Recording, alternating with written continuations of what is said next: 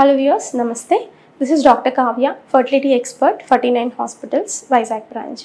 Previous చెప్పిన వీడియోస్లో చాలామంది వ్యూవర్స్ అనేవి కొన్ని క్వశ్చన్స్ అనేవి అడిగారండి. వాటిల్లో నేను 4 క్వశ్చన్స్ని పిక్ చేసుకుని ఆన్సర్ చేస్తున్నాను. క్వశ్చన్ ఏంటంటే, గర్భం వచ్చే నెలలో కడుపు నొప్పి, వెన్ను నొప్పి వస్తే ప్రమాదమా అని అడిగారు.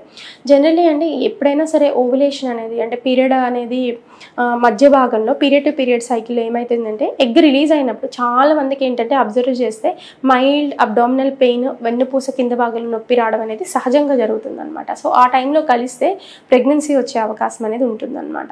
సో జనరల్లీ ఆ చిన్న నొప్పి, ఆ వెన్నుపూస నొప్పి కింద భాగంలో ఉంటే ప్రెగ్నెన్సీ రాదని అయితే ఖచ్చితంగా కాదండి.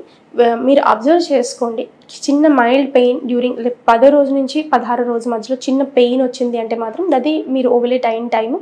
ఆ టైంలో కలిసి ఏంటంటే ప్రెగ్నెన్సీ వచ్చే అవకాశం అనేది ఎక్కువ ఉంటుందన్నమాట.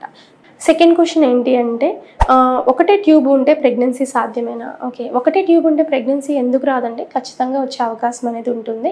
సో జనరల్గా మీకు ఇంకో ట్యూబ్ ఏమైంది, ఎందుకోసం అనేది కొంతమందికి ఏంటంటే ఎక్టోపిక్ ప్రెగ్నెన్సీ మూలంగా తీసేయాల్సి వస్తుంది, ట్యూబ్ డ్యామేజ్ ఉంటే తీసేయాల్సి వస్తుంది, ఏదైనా సర్జికల్గా రిమూవ్ చేయాల్సి వచ్చిందంటే ఇంకో ట్యూబ్ బాగుందో లేదో డ్యూరింగ్ అదే సర్జరీ అనేది చూస్తారండి. ఆ ట్యూబ్ హెల్తీగా ఉంటే ప్రెగ్నెన్సీ వచ్చే అవకాశం అనేది ఖచ్చితంగా ఉంటుంది. ఒక 1 year ట్రై చేసిన తర్వాత ప్రెగ్నెన్సీ రాలేదు అంటే మాత్రం ఆ ట్యూబ్ అనేది బాగుందా లేదా ఖచ్చితంగా రీచెక్ చేయించుకుని మీరు ప్రెగ్నెన్సీకి ప్లాన్ చేసుకోండి. ఓకే, ఇంకో క్వశ్చన్ ఏంటి అంటే, నెయ్యి కానీ పాలల్లో కలిపి వేసుకుని తాగితే ప్రెగ్నెన్సీలో న్యాచురల్గా నార్మల్ డెలివరీ అయ్యే అవకాశం ఉందా అని అడిగారు. సో మీరు తినే ఫుడ్ కంటే మీరు తీసుకునే exercise, weight gain and other conditions, అంటే మనకు ప్రెగ్నెన్సీలో వచ్చే షుగర్ కానీ, బీపీ కానీ, బేబీ వెయిట్ కానీ, ఇవన్నీ నార్మల్ డెలివరీ మీద ప్రభావం అనేది చూపుతుందండి. జనరల్లీ నెయ్యి అవన్నీ ఏంటంటే మోడరేట్ క్వాంటిటీస్లోనే ప్రెగ్నెన్సీస్లో తీసుకోవాల్సి ఉంటుంది.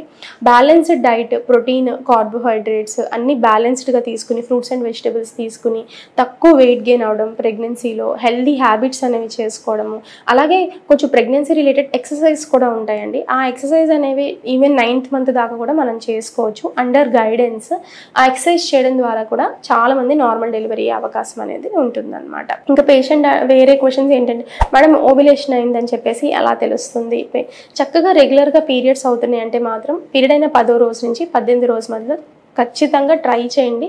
అది ఓవులేషన్ ప్రెగ్నెన్సీ వచ్చే టైం కాబట్టి ఆ టైంలో ప్రెగ్నెన్సీ వచ్చే అవకాశం అనేది ఉంటుందన్నమాట. ఇర్రెగ్యులర్ సైకిల్స్ ఉన్నట్లయితే మాత్రము ప్రెగ్నెన్సీ ఏ టైంలో వస్తుందో అనేది చెప్పడం కష్టం.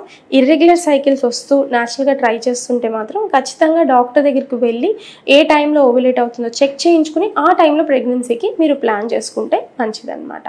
Thank you verse.